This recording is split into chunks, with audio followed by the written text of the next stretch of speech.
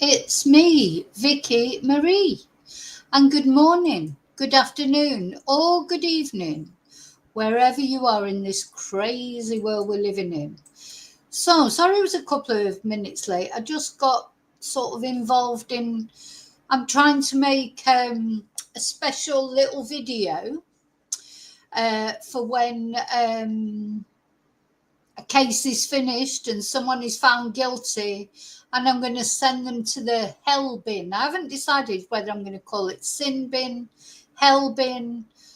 I'm going to think of a name for it anyway. And I was just sort of playing with a couple of ideas then, and of course, as always, I got a little bit carried away with it. But I am here, I was here. But I was working on these videos, and I'm going to show you. Well, actually, when we come to talking about Erin Patterson, I'll show you the video that I've come up with so far. But I can't work out. Anyway, I'll explain that to you when I come to it. So thank you for watching. I'm going to start off with my thank yous. Hope you're having a good Sunday, whether it's your morning, your afternoon, or your evening. You'll be one or the other. It's Sunday vibes. It's all very quiet here at the moment, which is unusual, isn't it, for where I live? It's normally some mad bangers going off, or some party going on, or something going on. It's very quiet at the moment, so I'm not sure that's going to last all the way through this live, but anyway. So I'm going to talk about 3 things in this video.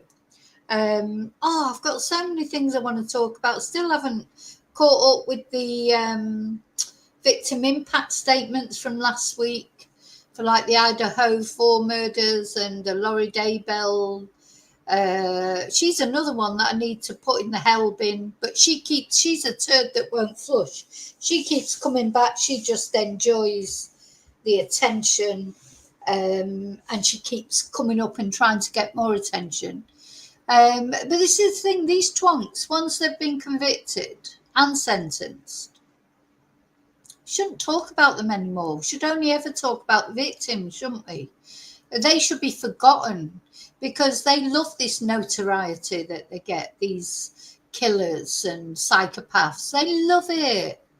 They feed off it. It's the only sort of attention they're going to get, because they've been probably sentenced to life imprisonment. They're not going to get any more attention ever, except in prison. I mean, they'll probably create their own little societies in prison. These sort of people always do. But we shouldn't give them any attention, should we, outside? But it's difficult not to, because they get so much notoriety, don't they? Anyway, we're going to talk about, so that's what we're going to talk about. We're going to talk about 3 things in this video. So the first thing is, there's been some doubt cast over the verdict in the Mushroom murder trial, because of where the jury spent did their deliberations. We're going to talk about that. Then we're going to talk about another case from Australia, which is the case of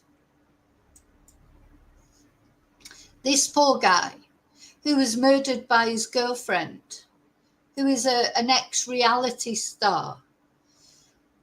And we're going to talk about that. Now, I was told about this by a chatter of mine quite a while ago.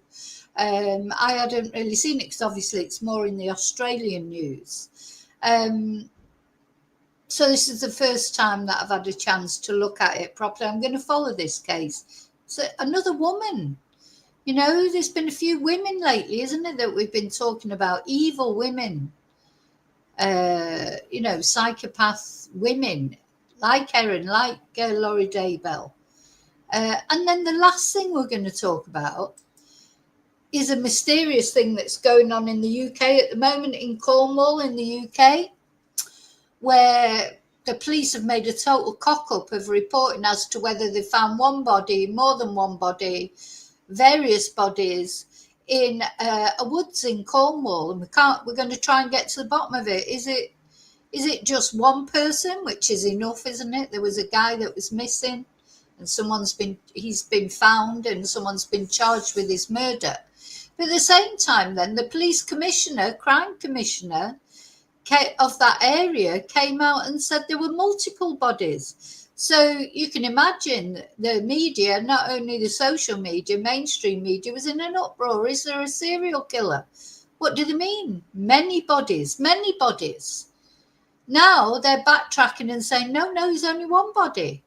So this has caused an absolute, it's just a fiasco. Because obviously, if somebody told you that in a woodland near you, many bodies had been found, you'd be pretty like, what? Do you know, like, and of course, the UK is like, what? You know, whether you're from Cornwall or not, you think, what, many bodies? You know, and it just strikes sort of fear, doesn't it? Terror, really, to think there might be, is it a dumping site? No, it was only one body. Just this guy that they were looking for. It was just a mistake, apparently. So we're going to look at that, see if we can get to the bottom of that, because just ridiculous, really. But anyway, first of all, I just want to say my thank yous. Thank you so much from the bottom of my heart, and I mean it 100%, for watching, for liking, for subscribing. A special thank you to my members. Have you got over the other night, the members live we did on Thursday, when we saw the uncensored pictures of Stephen Stearns when he was arrested, and we got to see his button mushroom. And the reason that I showed those photos in their full glory for the first time, it's not because I thought you would enjoy seeing them. I just wanted to humiliate Stephen Stearns, because the only good thing that's come out of him taking a plea deal is that little Maddie, will not have to be humiliated anymore with those horrible pictures and videos that he'd taken of her being shown all over wherever. But I wanted to make him see. You know, I mean, he won't get to see it. Maybe his family will get to see it. To be quite honest, I'm sorry, Debbie and Chris. I don't care.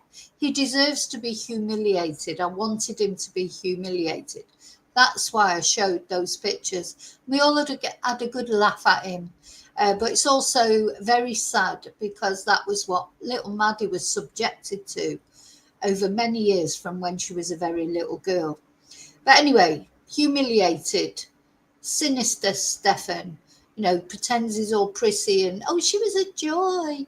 She was a joy. I agree that Maddie should be here. And, it's terrible that Maddie's not here. As if he didn't have anything to do with it. Anyway, I hope you've all recovered. Your eyes are back to normal. Our eyes just, we're in like trauma mode after looking at that. You never eat a walnut whip or a chipolata again. Anyway, that was Members Live on Thursday, and that video is still on Members. So why not become a member? I mean, it's actually not a good sales point, is it really? Yeah, become a member. See Stephen Stearns' button mushroom or walnut whip. But anyway, never mind. So thank you to my members. Thank you to people that have sent me Ko-fis, bought me Ko-fis. Very kind. Everyone who's done that, thank you. I appreciate it, because I know times are hard. And I know when someone does that, they really, they enjoy my content, and I appreciate that. Thank you to people that have sent super stickers, PayPal'd me, sent me nice emails, sent me nice messages. Thank you so much. So let's take off the banner. And what next? Oh, so I'm going to say hello to everyone now. Hi to my lovely lurkers. Thank you for watching. That's people. My lovely lurkers are people who like to watch but maybe don't like to chat, don't feel confident enough to come into the chat. Hi to my loathsome lurkers. You're still here. You're still watching. Thank you. Hi to my replay crew. Thank you. And now I'm going to come into the chat and say hello to those of you who are brave enough to venture into my chat. Who've we got so far? Hi, Bluebell. Oh, taxi duties. I haven't had to do taxi duty for a while. My son went out last night, but I didn't need to give him a lift anywhere. He rolled in at 8 o'clock this morning, or I can't even remember what time it was. I won't see him now until later when the Lionesses are playing later. So, of course, it's the final of the Euros later between England and Spain. So it's a bit of a win-win match for me. If England have got to get beat by anyone, it's better it's Spain, because for people who don't know, I live in Spain. So it's an England-Spain final. It could go either way. It'll be a good match, and we'll be watching that. Hi, Lily Paulie. Hi, Maria. Is that Maria or Maria? Hope I'm pronouncing it okay. Hi, David. David, are you busy? Do you know what? A man's work is never done, is it? Then the devil makes, what is it? What's that other expression? The devil makes mischief for idle hands, or something like that. So it's good that you're busy. Thank you for joining in the chat. So let's start with Erin. I shouldn't mention her name, really. Let me show you this video. This is not the finished thing. It's just, I've just been playing with what to do. So what I want to do is, when someone, as I say, when someone's been convicted of red rum and sentenced, when the case is over, as far as we're concerned. Of course, for family members, it's never over, is it? But, you know, family and friends, their sentence goes on forever. You know, we move on, don't we, to other cases, but we always remember the victims. And on my channel, the victims are the most important thing. They are the important thing. So too often, and, you know, I'm guilty of it as anyone, we remember the perpetrators and we don't necessarily remember the victims so much. You know, the perpetrators, they get this sort of celebrity status, especially now they're giving interviews. You know, bloody Laurie Daybell, I'm sick of seeing her. She's giving interviews. She's not, what's the word? She doesn't care. She doesn't care that she's left a pile of bodies behind her. It's all about celebrity for her. And it shouldn't be like that. So what I was trying to do was that, as I say, when a case is over, at least as far as the criminal justice system is concerned, putting these perpetrators in some sort of bin, like where I won't ever mention their name again or show their photo. Now, it's funny because some seem like the Southport killer. I've never mentioned his name since. I've never shown a photo of him since. Sometimes I might have done a video. The problem is, if I do a video and I'm reading out an article or whatever, they do tend to mention his name or put his photo up there. But personally, I won't. You know, to me, he doesn't exist anymore. He's got his prison sentence. I couldn't give a shit what happens to him in prison. It's terrible what he did. And I don't think he'll ever get better or change, even though he's very young. That's the only thing I'll say, is he's very young. But he's just gone in the head, you know. And there's other perpetrators like that. Now, I may mention them in Twonk of the Year at the end of the year or whatever, but that's just to ridicule them. So anyway, I've been trying to think of a way to do this. So let me just show you this. So I thought, what I want is like if I throw him in the bin. So there's Erin going to hell. Because she hasn't been sentenced yet, of course. So I will still mention her. But even if she's sentenced to life imprisonment, that's nothing to the sentence she'll get when she passes on from this world. She'll be going to hell, definitely, and most of these perpetrators will be. So, but I've got to work out how to do it where she turns around with it and goes into the tunnel, but I don't know how to do that. So Not yet, but I will find out. So that's what I was messing about with today. So anyway, so what have I got to tell you about Erin? Well, it's a little bit worrying, but to be honest, I don't think it is worrying. So there's been a big kerfuffle started up because the jury, when they were deliberating in Erin Patterson's case, let me put a picture of the victims up there.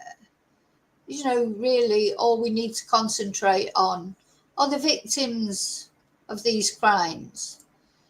And this, of course, was Erin Patterson, who murdered 3 of her relatives, her in-laws, and nearly murdered a 4th one who just survived by the skin of his teeth, Don and Gail Patterson, and Heather and Ian Wilkinson.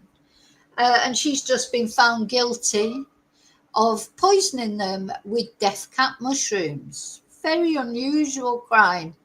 You know, prepared a meal for them, invited them round for lunch on the pretext that she wanted to discuss her health, that she said she had cancer, but she didn't.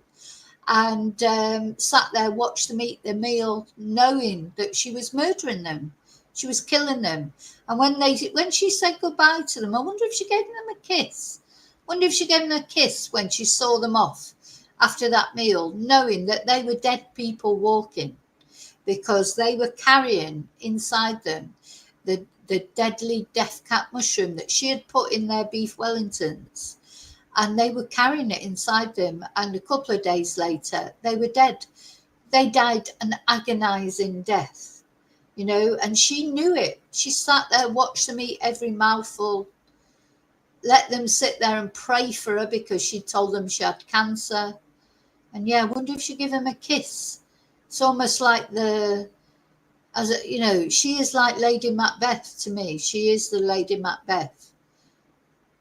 To sit there and watch somebody eating something that you know is going to kill them, that's pretty special, isn't it? Pretty, you know, on the scale of evil. That's another thing I should have. An evil scale. She's off the roof. You know, sometimes people kill people in a fit of passion, and I'm not saying that's right. Of course it's not right. But, you know, these are human emotions, you know, to sort of feel jealousy or rage, you know, in a moment.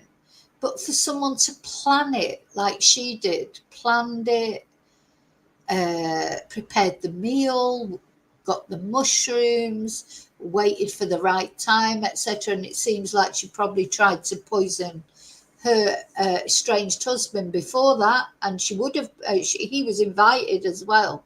You know, it's a special sort of crime. Erin is probably one of the worst. Anyway, this come up a little bit of a controversy, because when the jury were deliberating, and they were deliberating for quite a long time, they had a lot of evidence to process. The prosecution called over 50 witnesses, lots of experts. Then Erin, she was the only witness to take the stand for the defence. But she testified for 3 days. So the jury had a lot to mull over. So it took, I think it was at least a week, wasn't it, for their deliberations. And they were sequestered. In other words, that once they went out to deliberate, they could not go home. They had to go and stay in a hotel. Now, Erin had elected to have her trial in Cornwall, which is a tiny place, tiny village in Australia, where she could have had it in Melbourne in the Supreme Court, but she chose to have it in Cornwall. So I personally think she chose to have it there because she thought that the jury that would have been chosen from that area would be more likely to believe her, because they were all like these victims. They were nice people, you know, like trusting people, religious people, you know, probably they would want, you know, they're not cynical, like maybe right from the beginning thinking, oh, she's guilty. They wanted to believe Erin, and she knew it. She thought she could pull the wool over their eyes. Anyway, she failed miserably, like she's failed in everything in her life. Erin is a failure.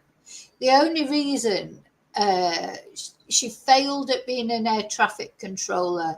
She failed when she went to university or whatever. She never finished anything off. She's failed as a mother. She's failed as a wife. She's failed at everything she tried to do. The only thing she was successful in was foraging death cap mushrooms and putting them in a beef Wellington. But she failed at covering her tracks.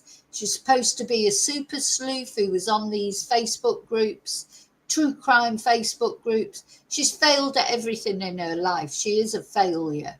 So she failed in choosing the right place to have her case heard. But the problem is that when the jury was sequestered, because it's such a small place, it's not exactly, like Benidorm where there's loads of hotels. So they were staying, it said, at the same hotel. They were put up in the same hotel as the media that were there for the trial, and also like the prosecution and the defense. Everyone was staying in this hotel because it was the only bloody hotel in Morwell. So where else were people going to stay? So this is the issue.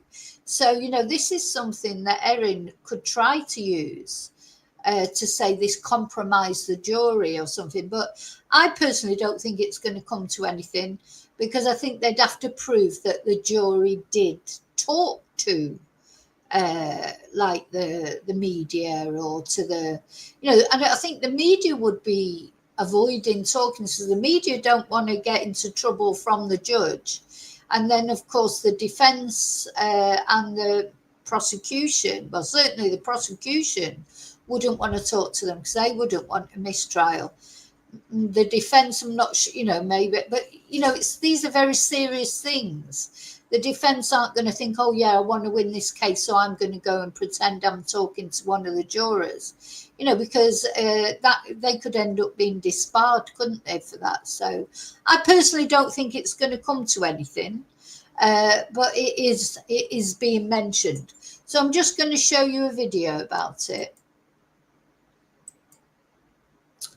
So don't forget, as always, let me know what you think about it. Do you think it will make any difference to the appeal if she does appeal? Do we know? I don't think we know for certain that she is going to appeal, but she may do. There's a new twist in Erin Patterson's mushroom murder trial. Nick McCallum, there's now an investigation into the jury's deliberations. Peter, where they stayed and who else was there is now at the centre of an investigation launched by the Commissioner of Juries Victoria. The group of 12 who convicted Erin Patterson as a triple murderer was sequestered during deliberations, but they stayed at the same hotel as the lead investigator, two of the prosecutor's solicitors and members of the media. Chief Justice Beale was made aware after the fifth day of deliberations. He said it was obviously undesirable, but understood there was a shortage of accommodation in the region. The prosecution insisted its staff did not interact with the jury at any stage. 3 jury keepers were with the group the entire time. Patterson has been behind bars since her arrest in 2023. She'll be sentenced over the deaths of her relatives later this year. Peter? Nick McCallum, thank you. Yeah, so it's, is it worrying? Anyway, I just want to say hello to people that have come in and say thank you to, oh, so it's you, Maria. Hi, Michelle. Thank you so much, Claire. Thank you. Very kind. Let me put my thank you up.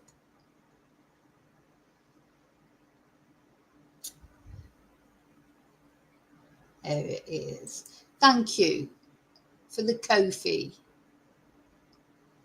So kind. Really, really kind. Thank you.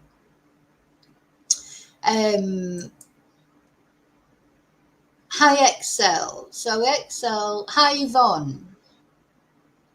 Hi, Maria, another Maria. We have a lot of Marias. So Excel's asking, do you think it's possible that Erin was never charged earlier? Yeah, I do. I think what I think happened, because for those who don't know, but it's felt that Erin tried to kill her estranged husband Simon.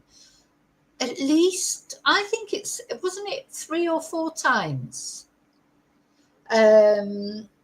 Once with a chicken wrap, once with some brownies. Now, we know that she likes to put mushrooms in brownies because she admitted herself that she was putting dried mushrooms in her own children's chocolate brownies, not death cap mushrooms.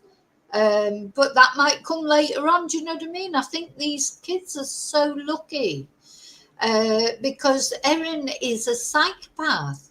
And yeah, I agree. I think getting away with it, when killers get away with things, they get emboldened to do it again, don't they? You know, even like, I mean, Erin really is a serial killer in a way, isn't she? I mean, I know she sort of killed them all at once rather than with a cooling off period, but she killed 3 people, and she would have killed 4 if Ian wouldn't have miraculously survived. They do get emboldened because every killer, serial killer, there's always a first time, isn't there? First time that they kill. And that kill must be like, if you've ever watched the interviews with Ed Kemper, he's a serial killer. And his interviews are fascinating because he likes to talk. You know how some killers never come out with what they did, really properly. He's like the opposite. They couldn't shut him up in the end. Once he was caught, he couldn't stop talking. So you do get killers like that as well. They can't stop. BDK, bind, torture, kill. BTK was the same. Once they've got someone to talk to about it, they've been doing this for years, normally when they get caught, or certainly we're in the 70s and 80s before forensic, DNA and things. They've had you can't talk about it with anyone. You can't like go home and your wife says, oh, did you have a good day, dear? And it's like, oh yeah, I murdered 3 people, or I murdered someone. They're dying to talk about it. That's what normally ends up with them getting caught, or used to. I mean, Ed Kemper, he actually gave himself into police in the end because he was waiting to be caught. And no, the police didn't come after him. So he phoned the police and turned himself in. And once they got him in there, he never stopped talking. There's loads of his interviews on YouTube, etc. And they are fascinating because, first time he killed, he would have been expecting to get caught. He was expecting to get caught. And then each different kill that you do, you get more and more emboldened. And then often as well, they start to unravel in the sense they start to make mistakes because they get sloppy because they haven't been caught yet. So they haven't been caught yet. So they start to, relax, if you like, and make mistakes that maybe in the beginning they didn't make. I think that's quite a typical thing of serial killers. So I think that's probably what happened. She's a serial poisoner, isn't she? And I think that who knows what she got away with before that? Do you know what I mean? I still think they need to look right into Erin's history, right from when she was young. What other times did she try and kill people? This is her answer to things, isn't it? We all get angry with people, we get pissed off with people, don't we? But we don't normally kill them. We might feel like it. Oh, my phone's buzzing a lot. Don't know why. Oh, that's probably the Ko-fi. Thank you.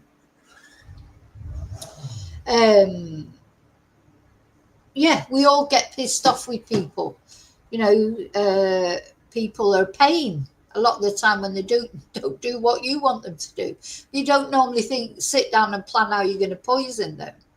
I think Erin's probably done quite a lot of things maybe that we don't even know about. And she's not a talker killer. I don't think she'll ever admit to anything unless she's forced into it. And even when she's forced into it, she tries to lie her way out of it. But it is fascinating when you know, that's one reason maybe for not having the death penalty. Ed Kemper didn't get the death penalty. I'm not sure why, because he killed loads of people. But maybe there wasn't the death penalty in his state. But I think it was California, though. I haven't said that. Need to look into that. But one reason to make, you know, especially if they're talky ones, is to try and find out things. You know, Ed Kemper has helped in other cases because, you know, the police have gone to him and asked him things, and he's got a unique insight into a serial killer's mind because he is one. He understands better than most people, you know, what makes them tick, what mistakes they might make, you know, how to think like them, because he is one. So I think it's very difficult for us and for the police to understand motives. Like Erin's motive, they kept saying, oh, she didn't have a motive. Well, her motive was hate, spite. You know, she didn't need a motive. Same with Brian Koberger with the Idaho 4. There's no point trying to understand the way these people's minds work, because, you know, Ed Kemper might be a better person to ask about why does he think Brian Koberger did it. He understands the way that people's minds, these foul people, the way that their minds work.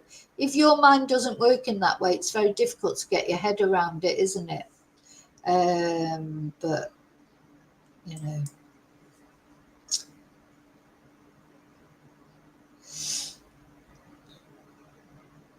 Hi, Angel. Exactly. The thing is, if you know, you can understand it really, because if you went into, if you can't see people in chat, you should be able to see it up on the. I don't think Claire has actually chatted though, but she just bought a coffee. So, but yeah, even if you're in the other, because you know I've got the two channels. I have put the chat up on the screen, so you should be able to see it on the screen, but it's quite small, isn't it? Yeah, but Angel, I don't think Simon knew then. He hadn't realised. He hadn't realised until this, I think. So, but I know what you mean. You think he would be suspicious, but I don't think he was.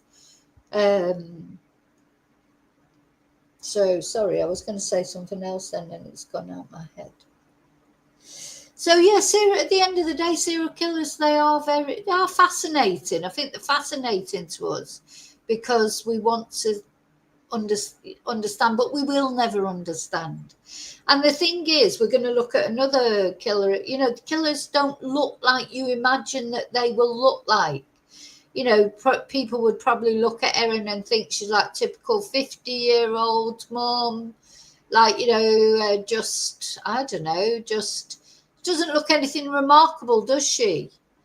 But, you know, it's all going on here. You just don't know what's going on in people's heads. And killers do not look like what you think they'll look like. And Ted Bundy himself said that. He said killers don't come out drooling and looking like monsters. I mean, he's the last. I think the fascination with Ted Bundy is he is the last person you would expect to be a killer, serial killer. You know, he was he was popular with women. He didn't have a problem with women. He wasn't like, you know, on the. You know, do you think they're like loners and, you know, male killers like that, sex killers? You think that it's because they can't find a woman, you know, because women are interested in it. Women loved him. You know, he is an attractive man. He was an attractive man. He had no shortage of women. So it wasn't about that.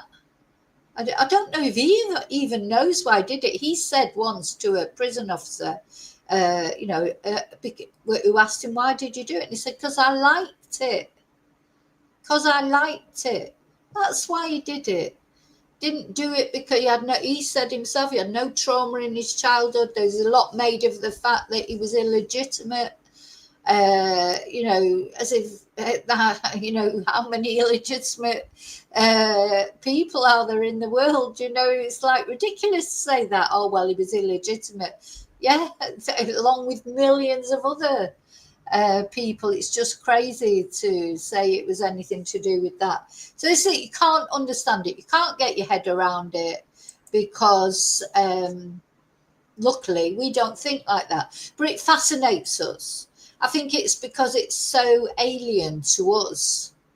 You can't understand how someone could do that. To me, as I always say, I can understand how someone can snap in a moment of rage. I can understand that. But how someone can plan to kill like these vulnerable people, elderly people who've done nothing but be nice to her, and then to sit down and watch them eating what would kill them. I can't get my head around that. That's just beyond me. So let's hope that this doesn't make any difference to is she going to appeal? I don't think she's officially said she's going to appeal. I'm not sure.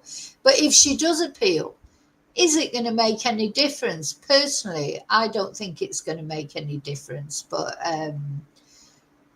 maybe. But I just wanted to let you know about it because, of course, a lot of you have been interested. We followed that trial, didn't we, right from the beginning? Weeks and weeks and weeks. Yeah, let's hope it doesn't make any difference. So that's the first thing I wanted to tell you. Hi, Tracy.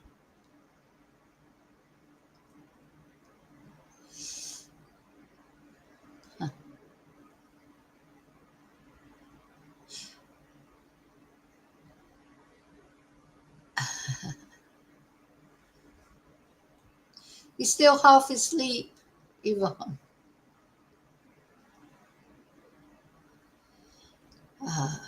And this about Erin maybe having Asperger's or what. I'm not doing that.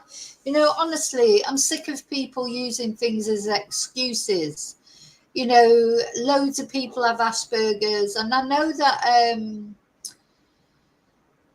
I know that supposedly means they can't empathize as much, and stuff like that. But I just stop using it as an excuse. There's people with autism, people with Asperger's, people with all sorts of mental illnesses or neurodivergence or whatever, call it what you like. They don't do that. I don't believe that. There's too much planning involved in. Sometimes people are just evil. I do believe that. Some people are born evil. And if you believe in evil, if you believe in God, then you have to believe in the devil as well. So do people get your whole life is almost like a choice between good and evil, even in little things. Even in little things, you're always thinking, I know I shouldn't really do that, but can I get away with it? Oh, that's what I was going to say. What somebody said earlier, yeah, you would get emboldened with any crime. If you got away with it the first time, if you're a shoplifter, or maybe you're not a shoplifter, but you're in the shop one day and you think, I wonder if I could just take that. Maybe you haven't got enough money for everything you want, or maybe, I don't know, maybe you're just in that sort of mood one day where you feel like doing something dramatic, I don't know. And you think, and you do get away with it, like I don't know, steal a bloody, I don't know, a mascara or something.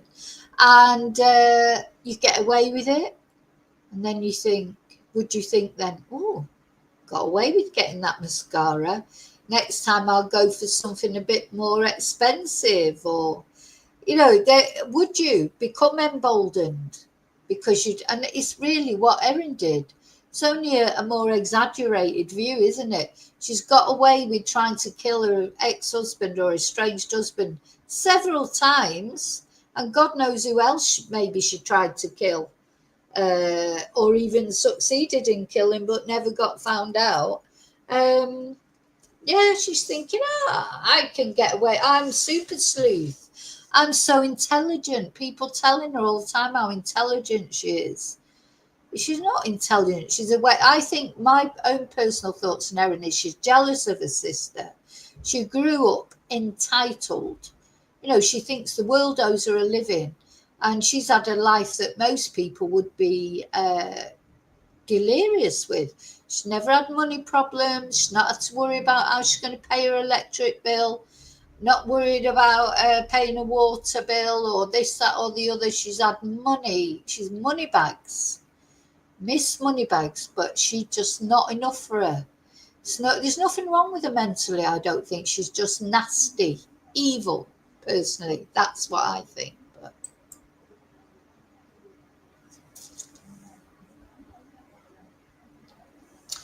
so, sorry, I'm looking at, yeah, she's just damned evil. I agree. Evil. I've gone beyond these people who are trying to explain things with, like Brian Koberger, they were trying to say he was autistic.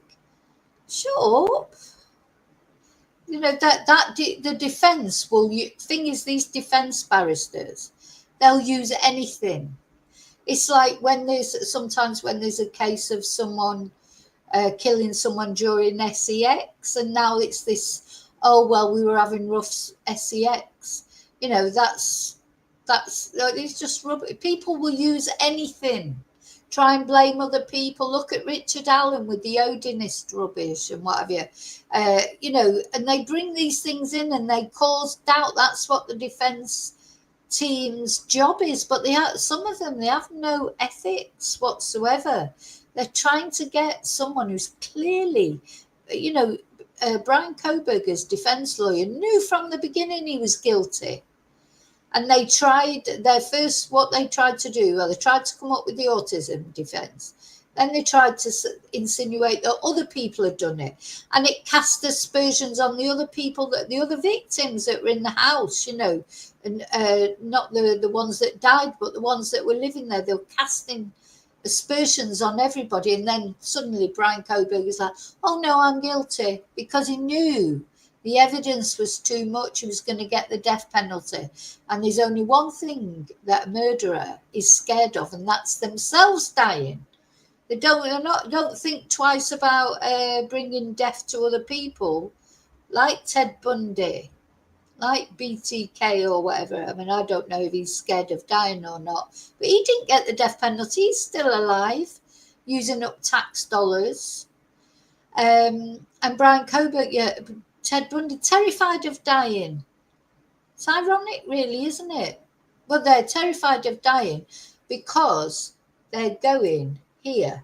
Now, look, I'm going to... It's got Erin's there going... I need to tell, I've got Erin's face on it, but do you know what? That could be any of these twonks. That's where they're going. Down. Anyway, so that's Erin. Now we're going to look at another Australian case, which I haven't reported upon yet because I just haven't had time. But actually, it was one of my members that told me about it quite a little while ago now, and I've been sort of loosely following it, but I just, you know, there's been a lot going on, hasn't there, one way or another. A lot of different things. And this is, I've got a picture there. I like to put a picture of the victim up there. Let's have a look. This is a terrible case, and it's another woman. Having said that, I do think this case is more a case of mental illness than maybe evil, but I don't know. You'll let me know what you think. This is the victim. And as I say, another woman that has done this. So we seem to, this is Julian's story. And his girlfriend is an ex sort of reality star. Let's have a look. I'll put a bigger picture up of. So this is Julian. I don't know if that's his dog. I hope the dog's okay. But she had. This is his murderer. So again, doesn't exactly look like a murderer, does she? But and she was on that program. What is it? The Beauty and the Geek. And we're going to have a look at some videos and things. Yeah. And not only she killed Julian, she then set fire to the flat, probably in a bid to sort of try and cover it up. And then she decapitated him. And Julian's head has still not been found. So maybe she was planning on dismembering the whole body. I don't know what she was planning on doing. I don't think she really knew what she was doing, probably. But having said that, she did, you would think, yeah, she's just a nutter who's had a psychotic break. But she did try and cover things up. She did try and cover it up. So she was compos mentis enough to try and cover things up. So yeah, this poor guy. Now the police have just announced that they've called off they've been searching for his head. Bless him. Imagine that for his family. Imagine your loved one. Not only they've been murdered and decapitated and set on fire or whatever, but then the head can't be found. So they've abandoned the search because the family want to bury him or have it, I don't know, maybe they're planning on cremating him. I don't know whether it be a burial or a cremation, but they want, a funeral for him. And the police have been trying to find the head so that he could be, complete. But they've called off the search. It's very sad. Now, when I say they've called off the search, I'm sure they'll still carry on searching for him one way or another. But it's the head as well. It's like the most, that's the essence of a person, isn't it? So it's so distressing for the family. And obviously she mustn't be talking to say where she put his head. It's awful, isn't it? So I don't know if you've heard about this case at all, but, it's obviously a big case in Australia, and let's see where it happened. So this is the woman. Hang on, let me just share this. Let's have a look at the woman that's accused of his murder. I mean, we should say allegedly, but I think it's pretty certain that she did do it. Her name is Tamika Cheshire. These are various photos of her. So, yes, she doesn't look like a murderer, not only a murderer, but somebody that would, not only murder her partner, but then decapitate him and hide the head. So there's video footage. We're going to look at the video of this. This is her and 3 dogs stepping out. It's thought shortly after he was murdered. I mean, it's just unbelievable, isn't it, really? And this is what I'm trying to say. Murderers do not look like murderers. They just don't. Let's see where this happened. I did pull up the a Google map of it, but I can't find it now. Oh, there it is. So this happened in Port Lincoln in Australia. So you can see it's right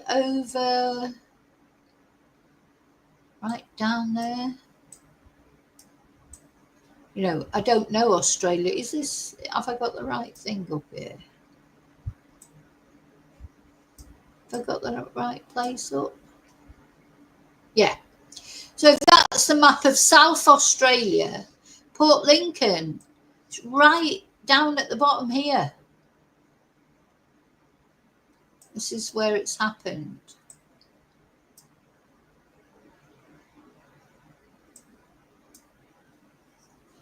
You couldn't get much further on the edge, really, could you?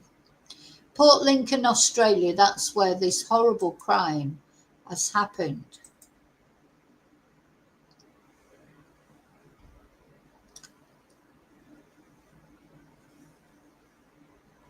Yeah, Maria, I saw that as well. What's going on in Australia at the moment?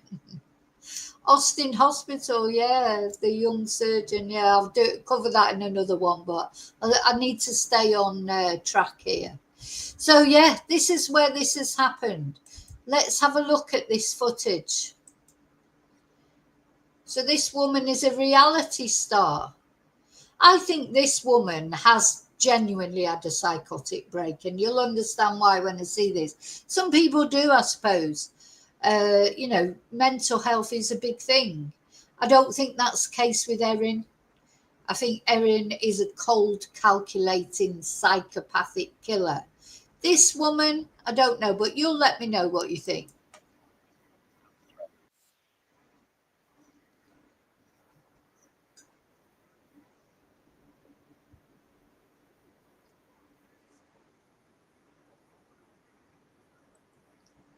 Yeah, so this, she appeared after he thought, when I first saw this, I thought, who the hell is that? This is her. She shaved her head and had a meltdown in a local bar just after it's thought he was killed. So I don't know if she was taking drugs or if she just had, maybe she was schizophrenic, maybe it was not to do with drugs, but apparently she just went to some bar and had this total meltdown after. Oh, this is before the alleged murder, it says.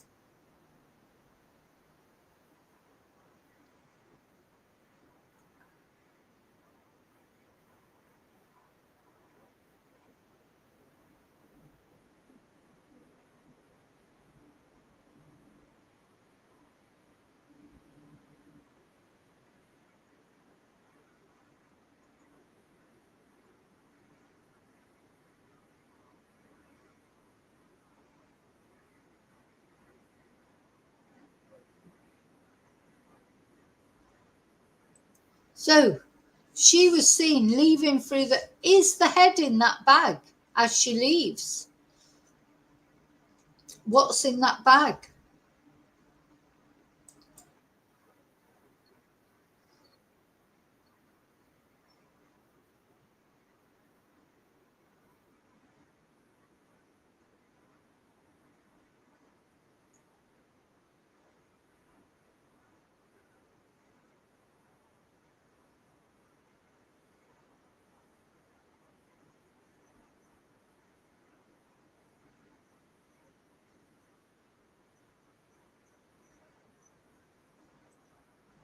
You know, what has she done with that head?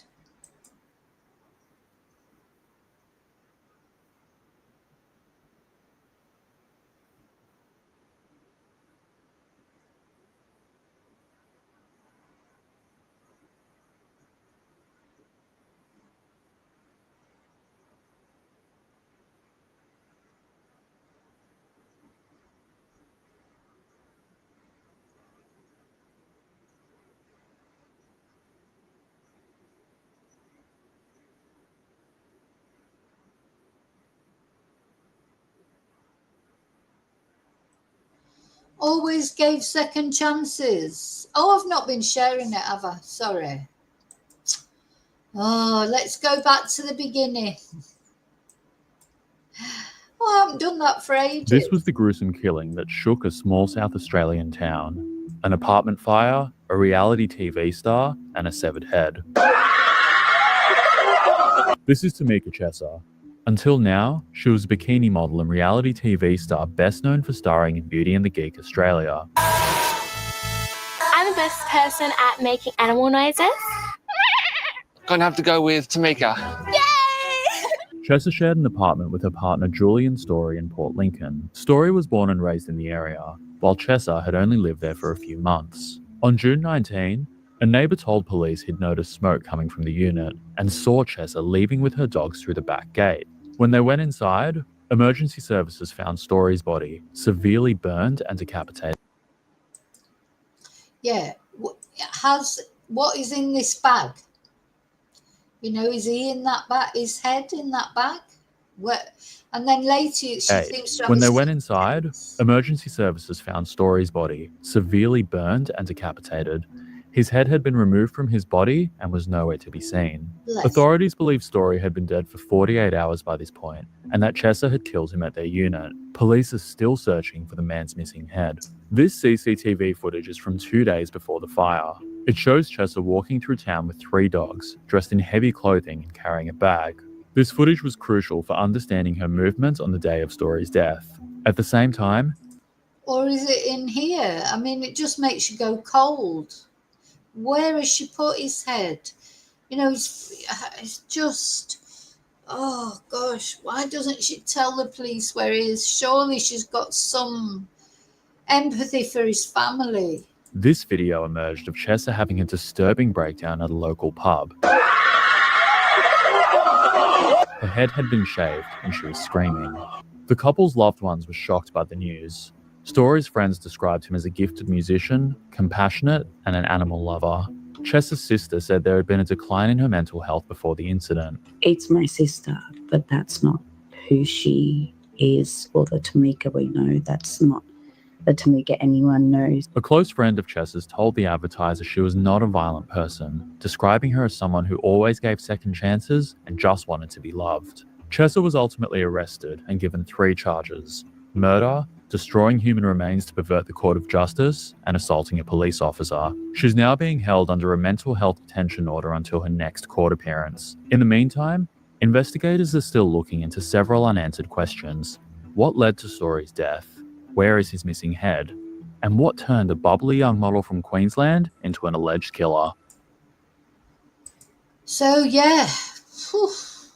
I mean, poor Jonathan. Sorry, I'm saying Jonathan because I've just said hello to Jonathan in there. You know, this poor guy. And his family is, you know, at the end of the day, I suppose he's off in the next world. And hopefully, you know, he's none of those things matter anymore. But to his family, they matter because they're in this world and they've got to live with it all. It's just awful. I do think that let's have a look at the. I've got some photos of her somewhere. I do think, you know, more than like Erin, I do think this probably is a case of mental illness, psychotic break, whatever. She definitely lost it, hadn't she? You know, just, well, you know, I'm speechless really because I don't know what would make this woman who obviously, you know, from what you could see from these pictures when she was with it, is this a drug-induced thing? I know I blame drugs for everything, but I really think drugs have got a lot to answer for. Why would someone just have a psychotic break like that? But we don't know that it's because of that. But it's incredible, really, isn't it? So there's I think the point I'm always trying to put over is killers don't look like you think they will. You know, they're not like, you know, you've got to be aware that just because somebody doesn't look like they could do something like that doesn't mean that they couldn't. Anyone's capable of murder. I think you can never underestimate what might drive someone to murder, and it doesn't matter if they look like the man next door or the girl next door, or, you know, they all seem nice, the social media is all happy and this, that and the other. Means absolutely nothing. So, you know, you've just got to be aware of that, I think. I think I might just play that one more time just to see it, because that's the only thing that I've got to play. Oh, I think I might have lost it now. I lost it. Let me see. Get some of my windows down. Oh. Yes, so I've got one more video here. Let's watch this. New appeal in the hunt for the severed head of Port Lincoln murder victim Julian Story. Elspeth Hussey joins us in the studio, and detectives believe crucial CCTV could hold the breakthrough. They do, Will, and they believe the clue they're looking for may be on footage yet to be uncovered. We know that right now they are trawling through hours and hours of CCTV from around Port Lincoln, tracing the movements of reality TV star, former Beauty and the Geek contestant Tamika Chesser. They're specifically looking at where she went after she allegedly murdered, dismembered and burnt her boyfriend, Julian Story, 2 weeks ago. It is such a painstaking job that they've paused the search for the 39-year-old's head while they scour through all this footage to help them hone in on their search area. Today, they issued an appeal to Port Lincoln locals to check their cameras with the possibility they could have captured something. CCTV is everywhere, so as much as we try and identify all locations that have CCTV that might add value to the investigation, there is also the potential that people do have cameras that we're not aware of. There's every possibility that there could be someone out there with information that they don't even appreciate is of relevance. Now, police say any information, however small, could provide the breakthrough they need. They've cited the chilling case of 2-year-old Candelise Pierce, whose body was found in a suitcase on an SA highway in 2015. Now, she was only identified after a photo of a quilt was sent into police in a tip-off. Police are hoping for a vital clue like this to give Julian Story's family some closure. Yes. So anyway, they have called off the search for now. I'm sure they will start carry on searching, but for now, is the search is called off. So I don't know. Yeah, I don't think Erin Patterson's going to get away with anything, Jonathan. I really, actually don't. I think she'll try everything, but I don't think she'll get away with it. But because her case in particular was just so planned and calculated. Personally, I don't think so, but who knows? Who knows? Just never know, do you? Okay, so let's hope, it doesn't bring this poor guy back, but, for his family's sake, I hope they find the missing part of him. Because, it's just horrible to think of. If you put yourself in their position, just can't imagine how horrible that would be. Anyway, the last thing we're going to talk about in this video is in the UK. We're going to the UK. We're going to Cornwall in the UK. And for those of you who don't know Cornwall's an interesting place in the UK because... let me find it. Right, I need to put some windows down because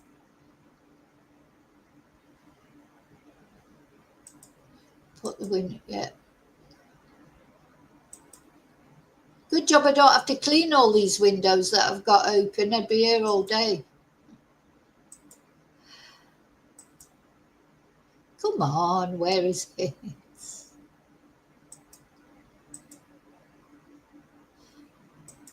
I'm getting there.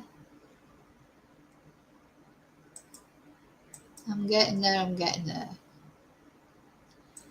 Right, I've only got about 10 up now, so I think I had about 20 up before. Maybe out of 10 I can find the one that I want to show you first. Yes, so this is where it happened. Or where it's happening, I should say. This is a very, very strange, interesting case. I don't know if you call it case or cases. So this is the UK, England, and this is Cornwall, right on this, on the sort of the foot of England, if you like. This happening in the woods in this place called Sticker. And the question is, has it been one body that's been found or more or many bodies? So when this story first came out, it was said that there had been the crime commissioner for the area said many bodies had been found in this woodland. And in fact, they were only searching for one body, and that body has been recovered, and the person and someone has been arrested for the murder of that person. But this crime commissioner said at the time, there are many bodies. So, of course, you know, the media has gone into an absolute frenzy. Is there a serial killer in Cornwall? I mean, Cornwall's, you know, it's a quietish place. Many people say that people from Cornwall, they'd like independence from England. They think of themselves as their own little country. They've even got their own sort of language. You know, here we've got Plymouth, Torquay, Exeter. You know, so it's right on the outskirts, isn't it, if you like, on the little foot here of England, you know. And let's see what comes up if we go into Sticker. So Sticker is a former mining village in South Cornwall, and it lies in the parish of St. Muin, and the nearest town is St. Austell. So it's a small place, and these are the woodlands that everything's sort of concentrated around. So I'm going to tell you about this story, but first of all, I'm just going to go and have a little bathroom break and get some more ice, get another drink. Let me know what you think, if you've seen anything on the news. If you're in the UK, you may have seen something on the news. What do you make of it all? It started off as like, you know, a thing, you know, I mean, it's bad enough one body being found, of course, isn't it? Somebody being murdered. But it's then next minute, this crime commissioner came on and talked about many bodies, and everyone was talking about a serial killer in Cornwall, of all places. But you know what? You never know where serial killers might pop up. But anyway, I'll be right back. I'm going to put up my be right back. I will literally be 5 minutes. Not 9 seconds. Oh gosh, that'll go on forever, the 9-second thing. Don't forget to like and subscribe while I'm not here. Maybe that'd be a good idea to do your liking and subscribing then. And I will literally be right back. 5 minutes.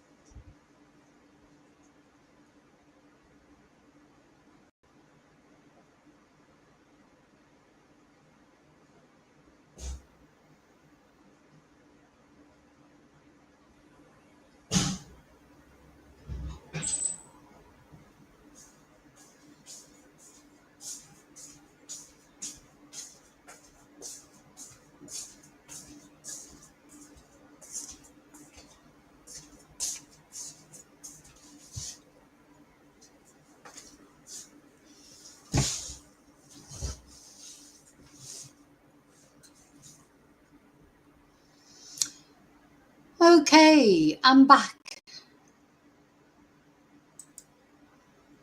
Let's take that off.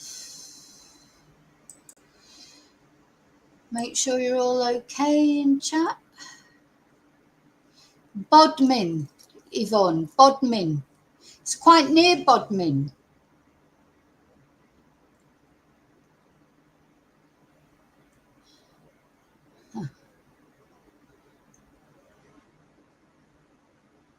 Yeah, I think it's Bodmin Moor. Isn't that where the Beast of Bodmin, isn't it?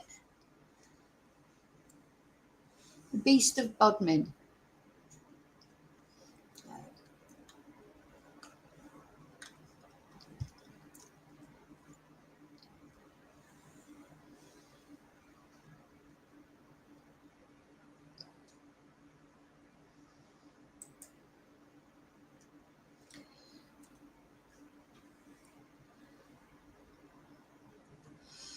Okay, so I think you're all okay in chat. So the news that came out the other day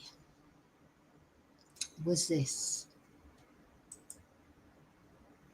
Let me just stop sharing that.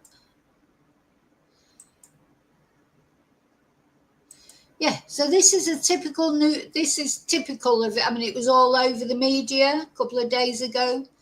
A creepy discovery in Cornwall. Many bodies found in the woods. Major police operation. It remains unknown so far how many bodies there are, who are the dead and what happened to them. Police forces from all over the country have rushed to the scene. These were the headlines over all the news groups a couple of days ago.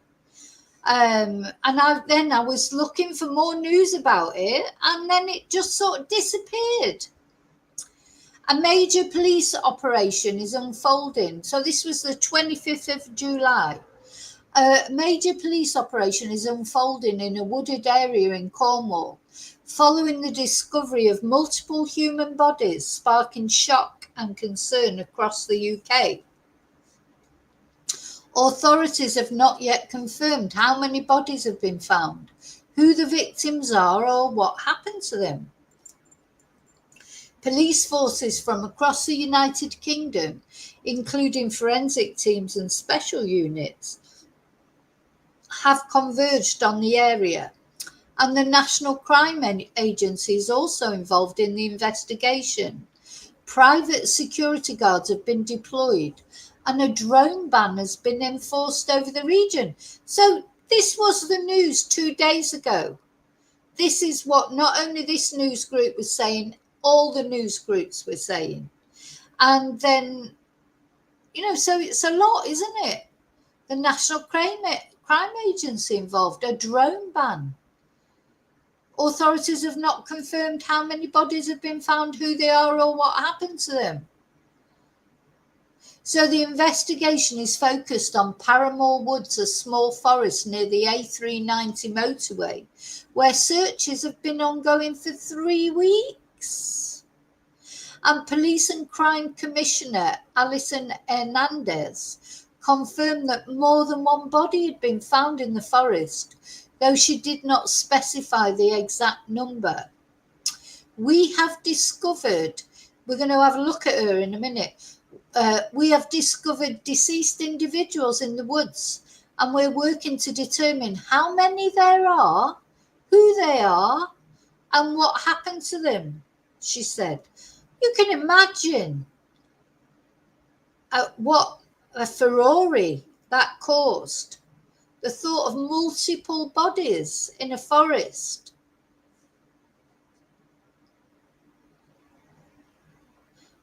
So what led to this was the disappearance of a 43-year-old man. So according to British media, the investigation began after the body of 43-year-old Daniel Coleman was found in Paramore Woods, near the village of Sticker. Coleman had been missing for several weeks. Daniel had been missing for several weeks from the St. Austell area, prompting growing concern. Authorities believe Coleman was murdered sometime between July the 2nd and July the 7th, and a suspect, James Desborough, has already been charged with his murder and remanded in custody. However, 3 weeks later, the case has taken a far darker turn. I mean, this is what was being said, as I say, not only on this news item, but on all news items. You know, it was all over the news and then it disappeared. Hi, Joanne. Hi, Geordie girl. Geordie lass, sorry.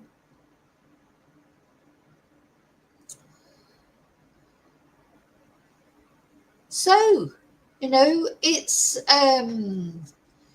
what do you think of it? What do you all think of it? So it's been described as one of the, but they're denying all this now. So I just want to give you a bit of a spoiler alert. This is the news that came out and everyone was up in arms and all the media things were up in arms. And then this, one of the most serious and complex murder cases in recent UK history. British media described this as one of the most serious and complex multiple murder cases the country has seen in years, with the possibility of a serial killer still not ruled out. So this was over also, because it was over the mainstream media, it was all over the social media. That was the other day, of course. Local Cornwall news outlets report since early this week a white forensic van, a riot response van and local police vehicles have been stationed in the area. Officers have also set up a small tent, possibly as a command post or a crime scene unit, and the area has been cordoned off with red police tape and extensive ground searches are underway. So, yeah, but this was the news the other day. Now what's the news? Well, it's completely different now.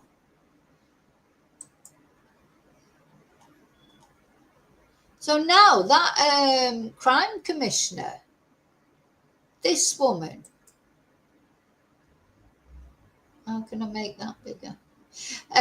Alison Hernandez, she's now apologised for saying there were many bodies. A police and crime commissioner has apologised after claiming multiple human remains had been found in woodland during a murder investigation. Alison Hernandez told a meeting of the Devon and Cornwall Police and Crime Panel dead bodies had been found at Sticker near St Austell. She said investigations were ongoing to establish exactly how many had been found. But Devon and Cornwall police said the body of only one man had been recovered from the woods and no other remains had been found. Police and forensic experts have been carrying out extensive inquiries in the woodland since the discovery of the body of 43-year-old Daniel Coleman. And James Desborough, 39, is accused of murdering Mr. Coleman between the 2nd of June and the 7th of July. And he is due back before Truro Crown Court next week. So apologising, Miss Hernandez said, I'm trying to be helpful. In trying to be helpful, I responded to an operational question at the police and crime panel. However, I was not fully up to date with the facts of the investigation. I mean, this is terrible, isn't it? You know, why are they even, I mean, she's the crime commissioner. How can you go out there and say, oh, multiple bodies have been found? And then just say, oh, no, actually, it's just one. You know, she should be sacked for this, I think. Because can you imagine if you live near that area as well? You know, if someone came on and said multiple bodies had been found in woods near you, you'd be terrified. You'd think, oh my God, what's going on? It's probably created absolute panic in that area. And then there'll be people who've got missing loved ones who'll be thinking, oh, is it my loved one? Is my loved one of those bodies? If this turns out, well, you know what it's like. This is where it is, Joanne. I did show it earlier, but I'll just show you again. It's a place called Sticker. Right, it's in England, but right on the, there's England, right in Cornwall on the edge, if you like, in this little the foot of England, Cornwall. That's where it's happened. Let's have a look what the BBC said about it. So here she is. Oh, this is better. You can see her. This is her, Alison Hernandez. How did you get to be crime commissioner? That is, you don't go around giving out information before you know what's happening. I know that, and I'm not a crime commissioner. So she needs to go, this woman. Police commissioner apologises for body's claim. Come on. Why is she not sacked? Hope they sack her, to be honest. Really hope she should be sacked. This is, that's a bit, if it's not true, are they going to come out tomorrow and say, well, actually, there were loads of bodies? I don't know. So it undermines people's faith in the police, in transparency. People don't think of, everybody thinks conspiracy theories about Britain anyway, don't they? England and that. This is just going to make it worse. One day it's multiple bodies, the next day, no, it's just one. So you can imagine there's going to be massive conspiracy theories coming out about this. And, I'm not surprised. So, as much as I don't like social media people spreading conspiracy theories, certainly don't approve of a police commissioner creating conspiracy theories. So she needs to go. I don't think this, if she doesn't get sacked, it's just not right. She should be sacked. It's terrible what she's done. She should know better. A police and crime commissioner has apologised. Lessons learned. For claiming that the remains of multiple people had been found in woodland at the centre of a murder probe. Devon and Cornwall police said the body of one man had been recovered from the woods at Sticker near St Austell and no other remains had been found. But the region's police and crime commissioner, Alison Hernandez, who represents the Conservative Party. Look, I'm sorry, I know that's my political bias, but I'm not surprised. They're all thickos anyway, you know what I mean? They're like, I'm sorry. I shouldn't say that. I'm trying to be unbiased, but I am biased. Doesn't surprise me at all she represents the Conservative Party, because they're not even, most of the Conservative Party these days, I'm not talking about years ago, I'm talking about now. The Conservative Party is a disgrace. All the good ones left, and there were good ones, even though I'm not, that's not my political leanings, but there were good Conservatives, of course there were, but not since Boris Johnson came in, and then it just turned into a circus. And now the Conservative Party is a joke, in my opinion. People don't have faith in politicians as it is. And this just doesn't surprise me at all. Anyway, apparently she told a stream meeting on Friday that multiple bodies had been found. But she's since apologised for any alarm this may have caused. Oh, not much alarm, is it? People say, oh, there's a serial killer operating just round the corner from where you live. Oh, no alarm whatsoever. She said the police have operational primacy over these matters. Any investigation will unfold rapidly, and I was not in possession of all the facts at that time. Well, why let facts? You're a Conservative politician. Don't let facts hold you back, do they? The Conservative Party don't care about facts, do they? They haven't done ever since Boris Johnson came in. No, facts don't matter, do they? So she definitely needs to go. And Detective Superintendent John Bancroft said, I can categorically state we have recovered remains believed those of Daniel Coleman only from an area of woodland in Sticker, and no other remains have been located at this scene to date. So we'll see. I mean, what do you think? Do you think, why did she say that? So police and forensic experts have been carrying out extensive inquiries in woodlands since the discovery of the body of Daniel, 43. And rest in peace, Daniel. And at the end of the day, a man has been murdered. A family are missing their son, brother, husband. I don't know all the circumstances of Daniel.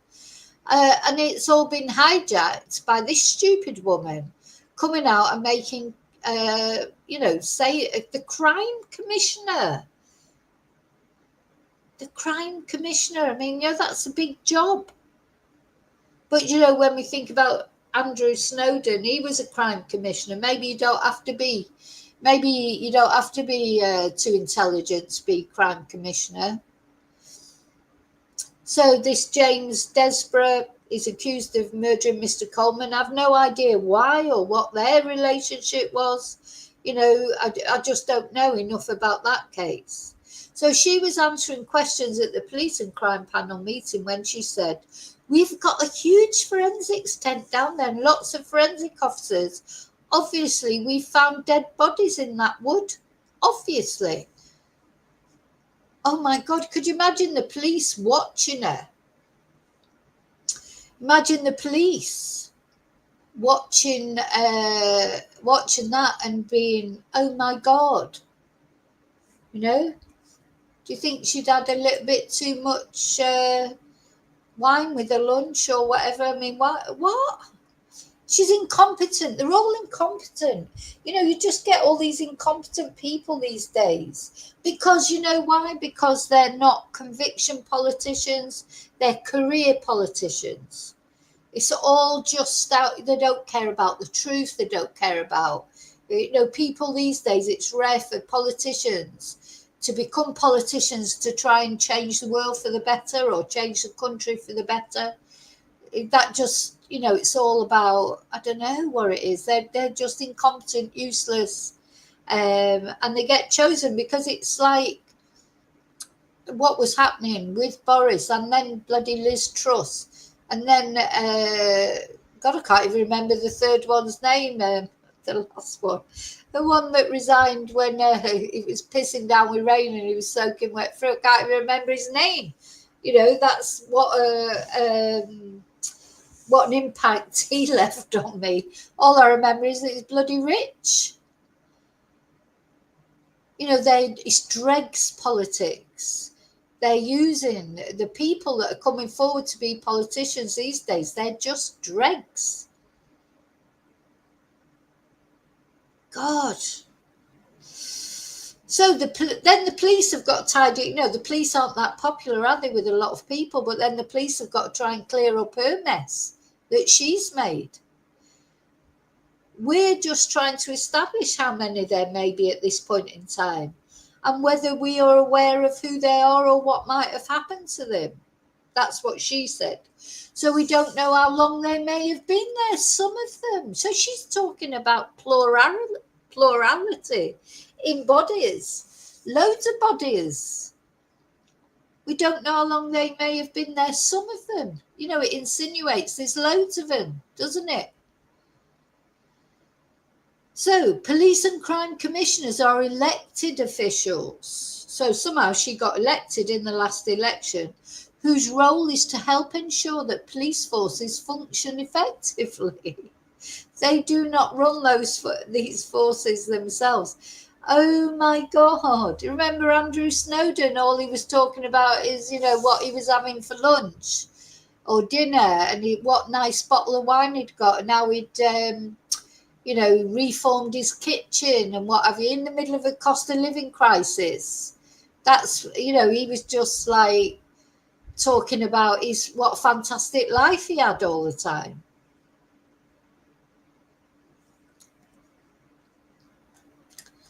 So there you go. That's what's happening in Cornwall. So I wouldn't say we're much further on. I mean, the police are saying there are no other bodies. But because people won't believe that now, what people will be doing now is saying, oh, that's it, Rishi Sunak. I couldn't even remember him. That's how insignificant he was as a prime minister. What did he do? What did any of those prime ministers, like Boris Johnson, Liz Truss? Well, we know what Liz Truss did. She wrecked the economy, of course. Then Rishi, he came in. What did he do that was positive?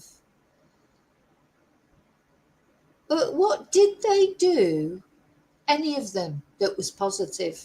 Absolutely nada, nothing, zilch. Joanne, one person was murdered, but this is the point then. This crime commissioner, she came out and said there were multiple bodies in the woods, but now it turns out, or now the police are saying, no, there was just this one poor guy that was murdered.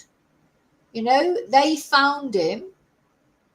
They found his body, but then this stupid crime commissioner came out and said, oh, there were multiple bodies. But now she's saying she shouldn't have said that, and there wasn't. So, but it's too late in a way because it's set off. You can imagine social media, can't you? It's set off all the conspiracy theories. There must be something in it. There must be more to it. Can't just be her being a silly cow. You know, it must be that there are more bodies, and now they're saying there isn't more bodies. What they're trying to cover up. And, you know, and I don't blame them really, because in this particular case, it's like, what? You know? Good to God. Tricky Rishi. Rishi had a little dishy when the boat came in, when he was pouring down with rain. In fact, I think I might want to have a look at that picture. I mean, it was hilarious. I mean, they were a joke. No, and I know people probably don't like Keir Starmer, but I'll tell you what, at least he doesn't look like an idiot to the rest of the world, though he's not doing very well with this Palestine thing.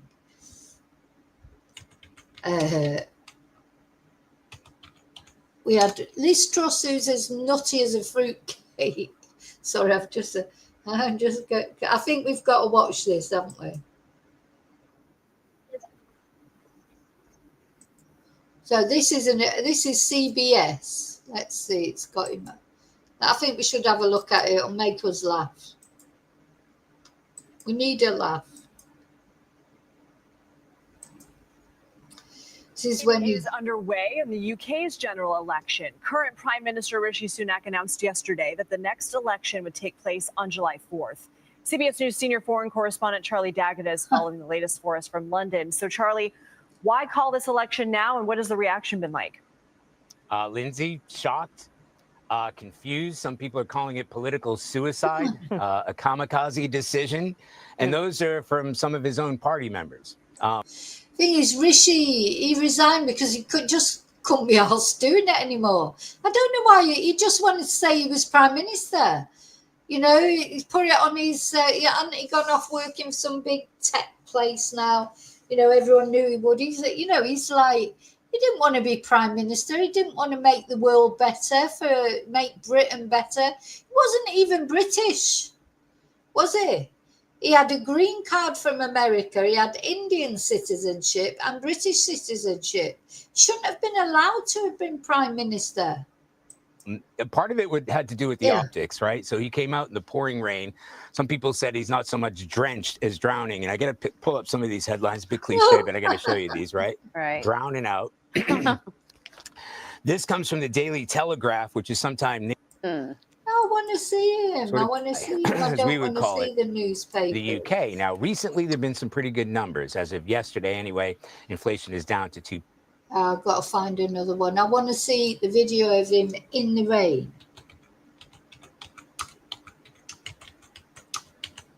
You know, they had that joke, isn't it? What was it? A British man, an Indian man, and an American man go into a bar, and the barman says, "Hi, Rishi, what can I get you?"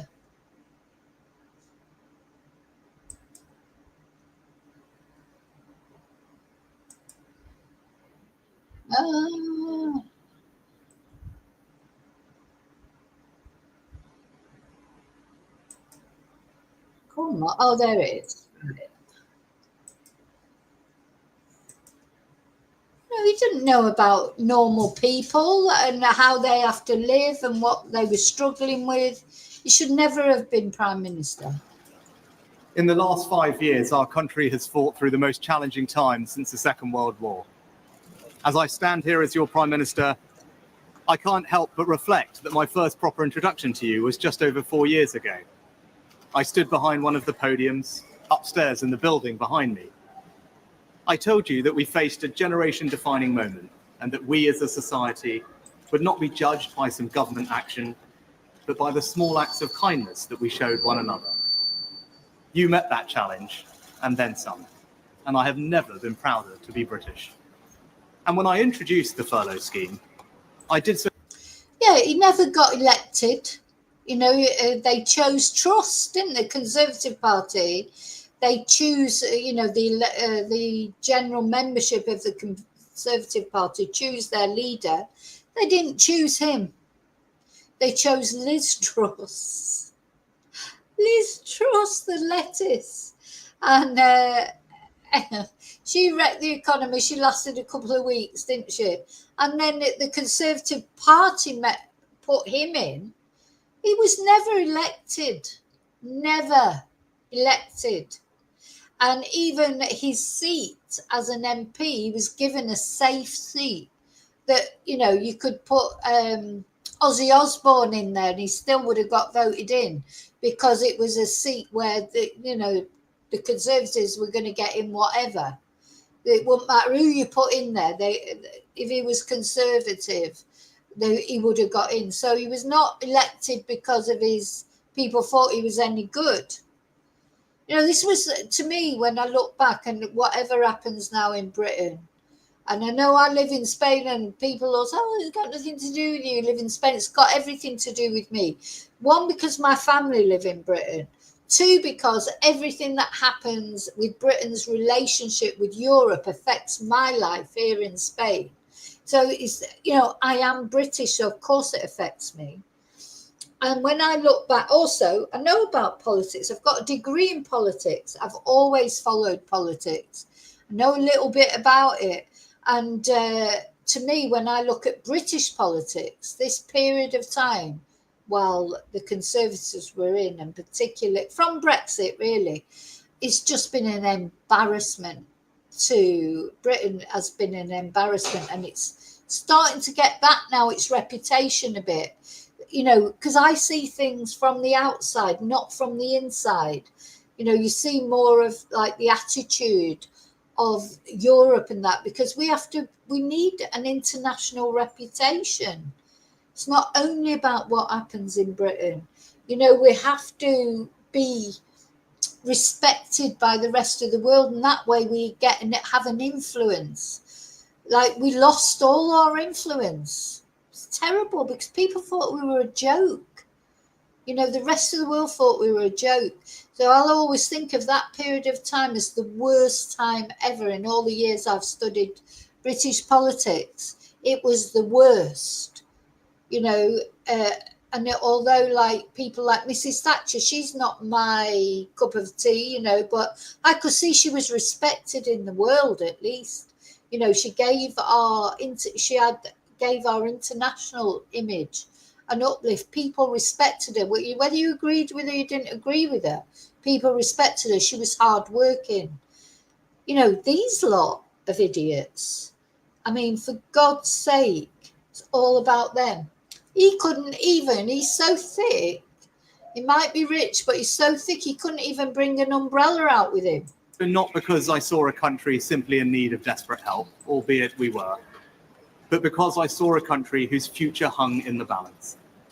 I could be bold and trust in the tens of millions of you at home that you would rise to the moment, or I could accept the inevitable millions of job losses and pick up the pieces. In truth, it was no choice at all. I have never and will never leave the people of this country to face the darkest of days alone, and you know that because you've seen it. As I did then. The other thing about Richie is, I'm sorry, but I think he likes Barbara Streisand. You know, that's the impression he gives me. He's got this mega rich wife. He's rich, he's got a mega rich wife. But personally, if I was her, I'd be questioning, he took it. It was just so funny when he took. I used to call him the Winnie the Pooh Prime Minister because it was just like you can't imagine Putin respecting him, can you? Or anyone, you know what I mean? He's just like, when he was saying, because he's got 2 daughters, when he was going to the cinema and they had to choose between which film, he chose Barbie. He chose to go and see Barbie because, definitely, sometimes, as far as his wife's concerned, I think love is blind sometimes. I think there's a few red flags with Richie. And I will forever do everything in my power to provide you with the strongest possible protection I can. That is my promise to you. Because for so many of us, it's easy to forget the scale of what we've been through. We were hit by a pandemic that upended normal life. Who would have thought that the government would ever tell us how many times a day we could leave our homes? Then, just as we were recovering from COVID, war returned to Europe, with Putin's invasion of Ukraine sending your energy bills spiraling. I came to office, above all, to restore economic stability. Economic stability is the bedrock of any future success, whether that is rising wages and good jobs, investment in our public services, or the defense of the country. And because of our collective sacrifice and your hard work, we have reached 2 major milestones in delivering that stability, showing that when we work together, anything is possible. Our economy is now growing faster than anyone predicted, outpacing Germany, France, and the United States. And this morning it was confirmed that inflation is back to normal. This means that the pressure on prices will ease. So is the rain's getting worse and worse? And he hasn't even got an umbrella with him, and his wife don't come out with an umbrella for him, or one of his aides, or whatever. Just there, getting wetter and wetter and wetter. That's Steve Bray, who does he's brilliant. The guy who does all the protests outside Parliament. That he's got his amp on, getting higher and higher in the background. It's an absolute joke. This was when British politics. Well, say they're at their worst, but Liz Truss, she was even worse. I mean, if you like to, Joanne, that's fine because everybody has their view, but Liz Truss was even worse. And mortgage rates will come down. This is proof that the plan and priorities I set out are working. I recognise that it has not always been easy. Some of you will only just be starting to feel the benefits, and for some, it might still be hard when you look at your bank balance. But this hard-earned economic stability was only ever meant to be the beginning. The question now is how and who do you trust to turn that foundation into a secure future for you, your family, and our country. Now is the moment for Britain to choose its future, to decide whether we want to build on the progress we have made or risk going back to square one with no plan and no certainty. Earlier today, I spoke with His Majesty the King to request the dissolution of Parliament. The King has granted this request, and we will have a general election on the 4th of July. This election will take place at a time when the world is more dangerous than it has been since the end of the Cold War. Putin's Russia is waging a brutal war in Ukraine, and will not stop there if he succeeds. That war has also made it all too clear the risk to our energy security. In the Middle East, the forces of Islamist extremism threaten regional and ultimately global stability. These tensions are exploited by extremists who seek to undermine our values and divide our society here at home. China is looking to dominate the 21st century by stealing a lead in technology. And migration is being weaponized by hostile states to threaten the integrity of our borders. These uncertain times call for a clear plan and bold action to chart a course to a secure future.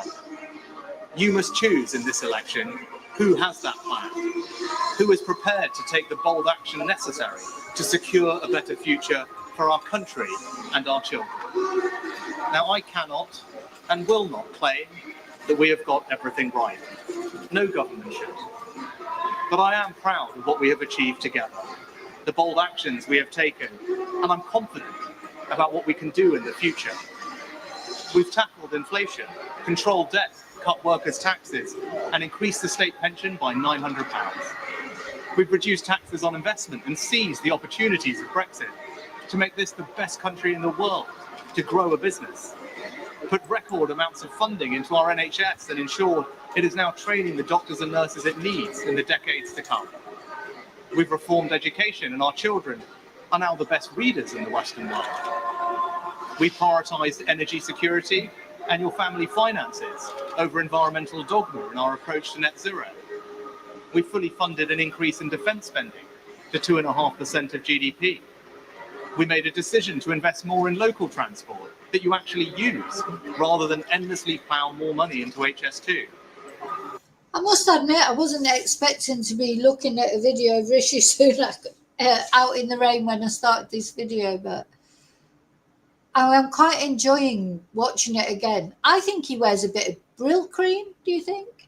We set out a comprehensive plan to reform our welfare system, to make it fair for those who pay for it as well as those who need it.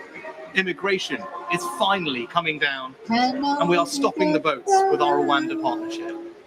And we will ensure that the next generation grows up smoke-free. I hope that my work since I became Prime Minister shows that we have a plan and are prepared to take bold action necessary for our country to flourish. Now, I've stuck with that plan and always been honest with you about what is needed, even when that's been difficult.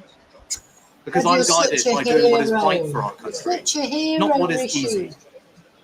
I can't say the same thing for the Labour Party. No. Because I don't know what they offer. No. And in truth, I don't think you know either. And that's because they have no plan. Yeah, there is no bold action. And as a result, the future can only be uncertain with them.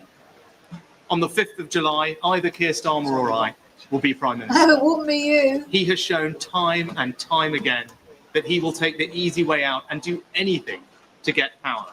Whatever. If he was happy to abandon all the promises he made to become Labour leader once he got the job, how can you know that he won't do exactly the same thing if he were to become Prime Minister? If you don't have the conviction to stick to anything you say, if you don't have the courage to tell people what you want to do, and if you don't have a plan, how can you possibly be trusted to lead our country, especially at this most uncertain of times? Over the next few weeks, I will fight for every vote.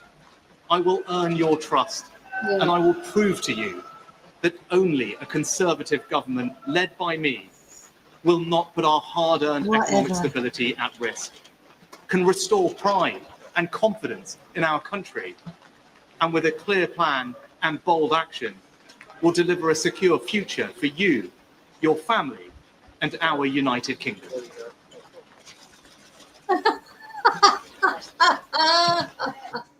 When he turned around, he just like giving that serious look into the camera. Turned around, he's absolutely soaking wet through. I just, honest to God, that's gonna, it is a comedy sketch, isn't it? Really, at the end of the day, ridiculous.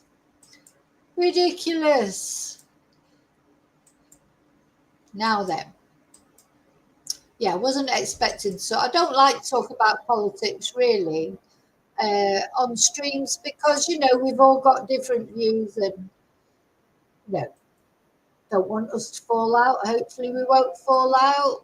I've got my views, you've got yours, and everybody's entitled to their views, of course, as long as they're respectful to each other. But you've got to agree, he did look pretty ridiculous. Even if you're a Rishi Sunak fan, are there any Rishi Sunak fans? Maybe.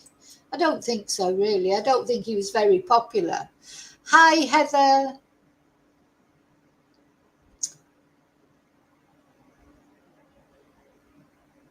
Oh, Julie, you're off to the UK and you're going to visit. You'll be in Manchester for a day. Oh, yeah. Yeah, I'd like to visit again. I haven't been for a couple of years now, actually, to Manchester. I need to go.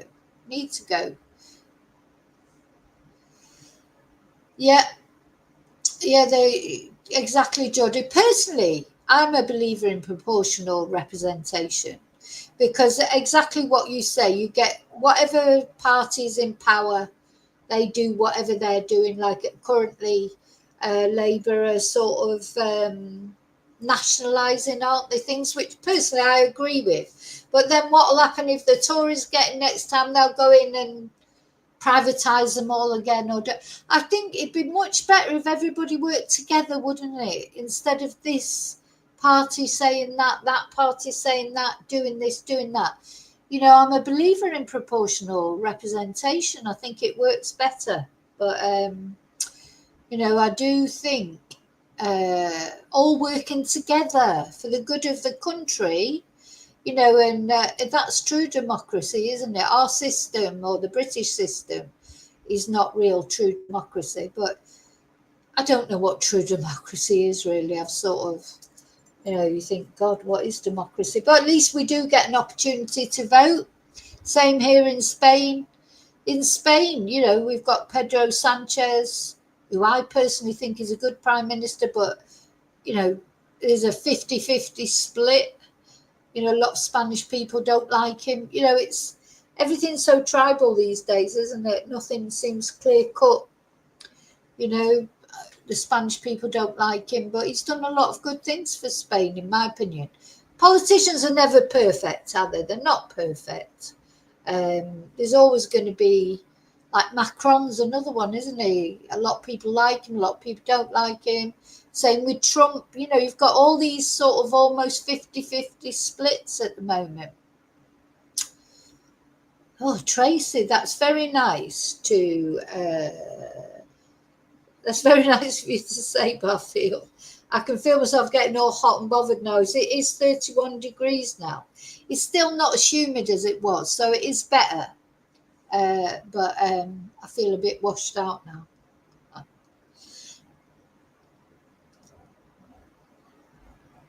Let me know what you're doing today. I am going to make a spaghetti bolognese very shortly. And of course, we're going to be watching the Lionesses later.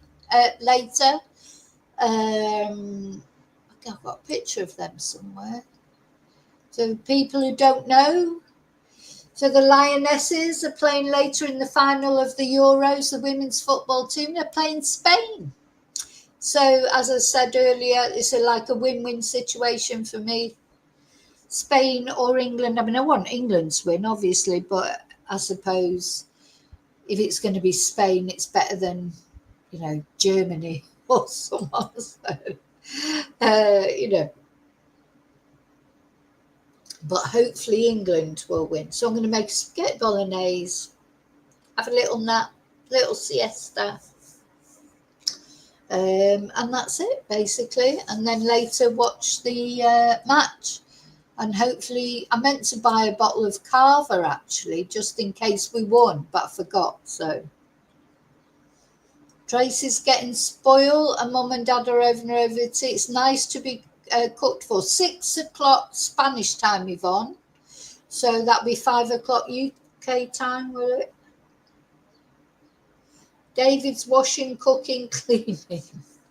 David, you've got to come over here for a weekend and do all my washing, cooking and cleaning.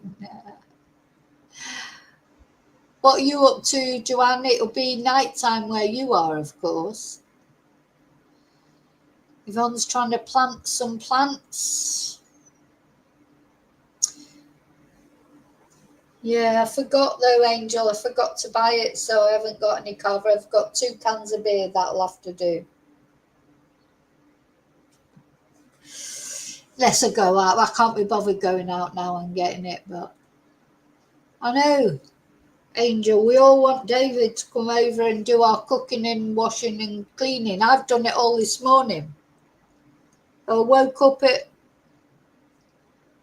6:30, cleaned the stairs, put the washing in, you know, it's like, anyway, because I have to do it first thing. because if I don't do it in the morning, it doesn't get done because it gets too hot later. The stairs were driving me mad because they were full of dust and dog hairs and God knows what. And I've been looking, yesterday they should have been done really, after doing twice a week. Yeah, I should do it every day really, but I can't be bothered. Too many stairs. Oh, Bluebell, is it next Friday? You come over. I come over. I'm not even in the UK. Come over, says, talking as if I'm there. I won't be going. I may be going later on this year, but not. I won't be going till after my birthday because I've got my nieces coming out here. So definitely won't be going back before that. David, the only good thing about the summer, or the best thing about the summer, is you don't have to really make the beds because it's too hot to have anything on the beds, just the sheet and the pillows. I hate making the beds. You don't have, yeah. Of course, it's cold in Australia, isn't it?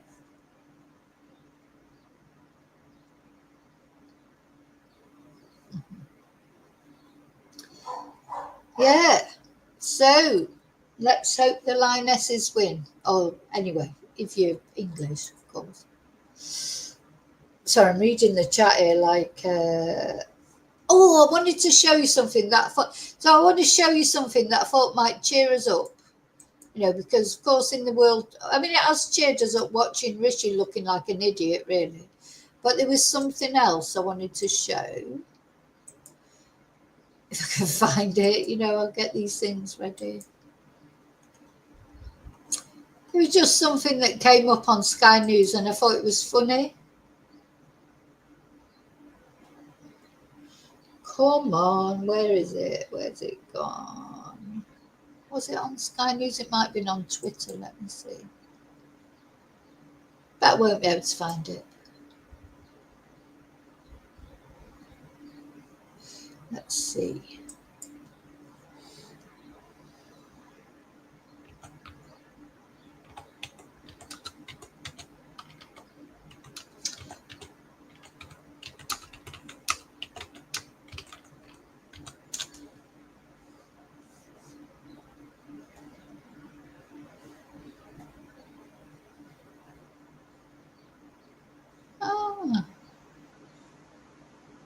Can't find it.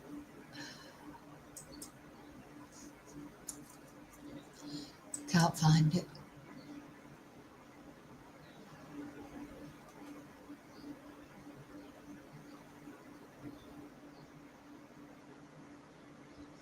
Maybe they've took it down, eh?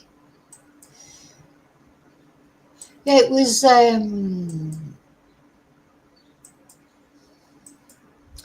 a church in London where this choir had been singing and the priest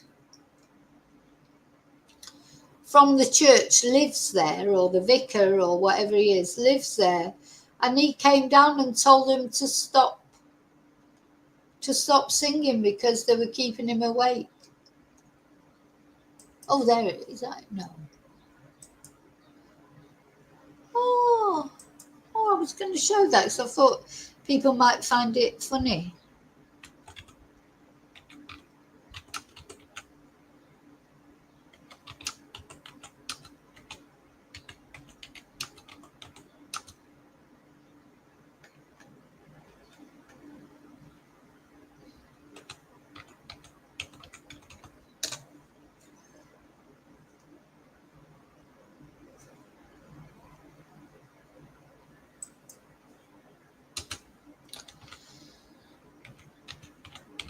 Disappeared. Oh, here it is. Here it is. Here it is. So there is a bishop, actually. Bishop told the choir to stop singing.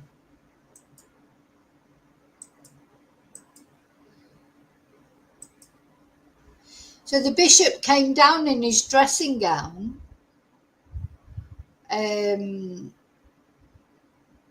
because they were keeping him awake.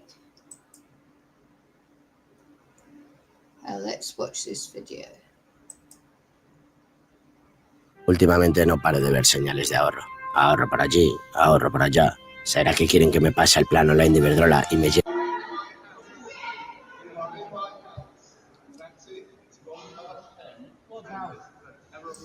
So he's come down in his dressing gown and he said, "You're in my house and you're making a terrible racket." And it's 10 o'clock.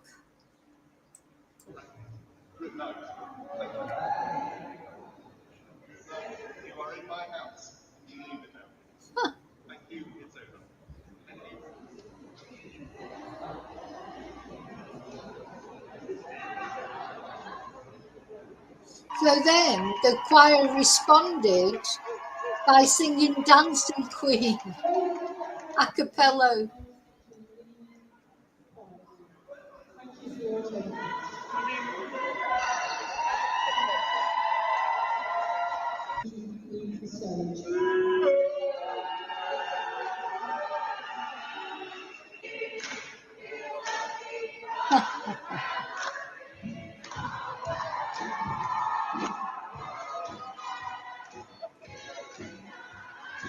Having the time of your life. Oh, watch that scene, digging the Dancing Queen.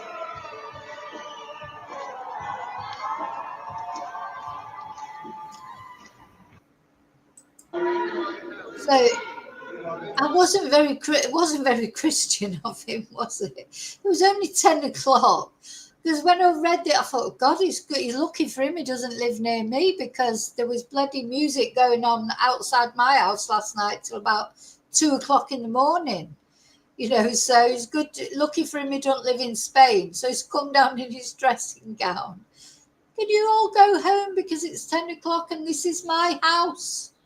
Not very Christian of this bishop.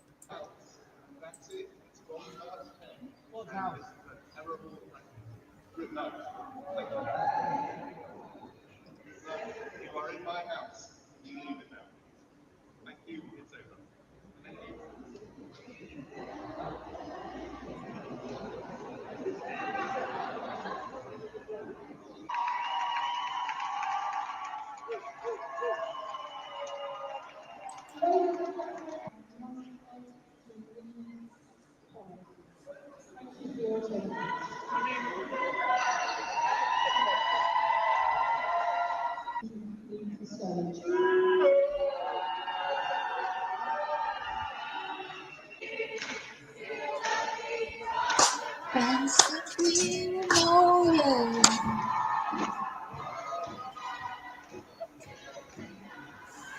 Having the time of your life. Watch that me, digging the Dancing Queen.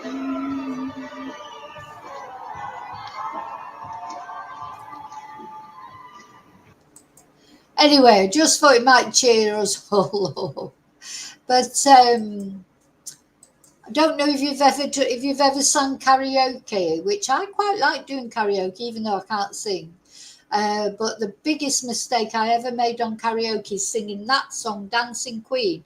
You think, oh, that'll be easy, Dancing Queen. But the ranges of the voices, oh my God, you just can't do it. You can't get the high things. It goes low, it goes high. Of course, there's 4 of them singing it, really, isn't there, with ABBA.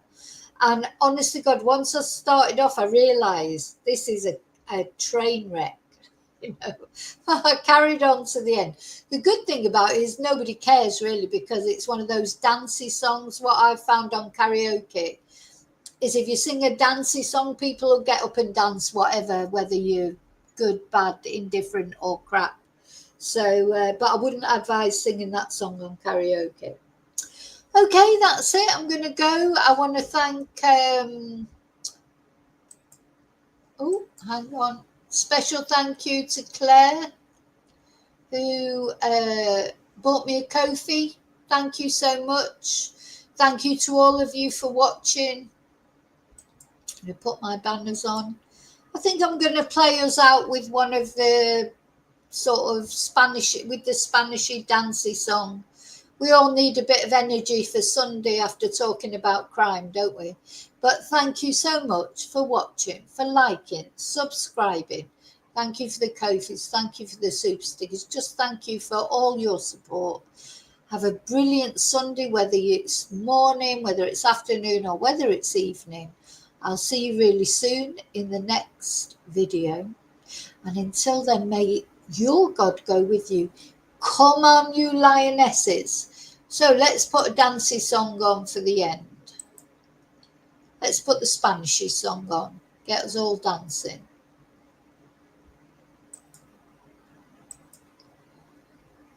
Adios. Oh, you Vicky Marie, you're so dream, you're so bold. Your YouTube world is the purest gold. With every video, fresh and new, you light my days with joy so true. Oh, Vicky Marie, your voice, your charm, your spark, your flair, keep me glued beyond compare. From laughs to lessons, all you share. No other channel shines so rare. The comments buzz, your fans agree. We're all here for